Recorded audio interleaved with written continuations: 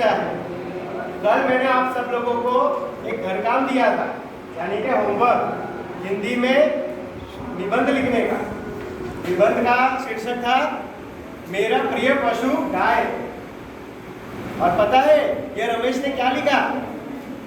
ये लिखता है the cow is very useful animal.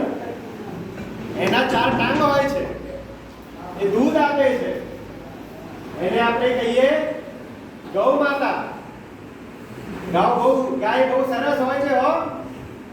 लगता है इसको बहुत भूख लग रही थी जब ये निबंध लिख रहा था। पूरे निबंध में खाली एक ही शब्द है हिंदी का, गौ माता। बाकी सब इंग्लिश गुजराती का खिचड़ी बना के रख दिया है। बहुत भूखे थे क्या? कभी कभी मुझे लगता है मैं शिक्षक ही नहीं जासूस हूँ, जो आप लोगों की किताब में सिर्फ यही ढूंढता रहता हूँ कि भैया इस पेज में हिंदी कहाँ है। आप लोगों की किताब में हिंदी ऐसे छुपी होती है जैसे थेपले के अंदर अचार, ढूंढना पड़ता है। फिर ये रमेश बोलता है सर मेरा गलती हो गया। उस दिन ये सुरेश बोलता है सर मेरा पेंसिल खो गया। अरे बच्चों, ये किताब, गलती, पेंसिल ये सब रो रही थी, बोल रही थी सर हम लड़कियां हैं, इन लोगों ने हमारा लिंग ही बदल दिया, पुल्लिंग बना दिया। अरे ऐसा मत करो, मेरा नहीं मेरी बोलो। कम से कम किताबों की बुकों का तो, अपने शब्दों का तो लिंग मत बदलो। इतना मजा आता है आप लोगों को हिंदी पढ़ाने में कि मैं क्या बोलूं। सबसे ज्यादा मजा तब आता है जब आप लोग हिंदी की कहावतों का, मुहावरों का मतलब समझाते हो।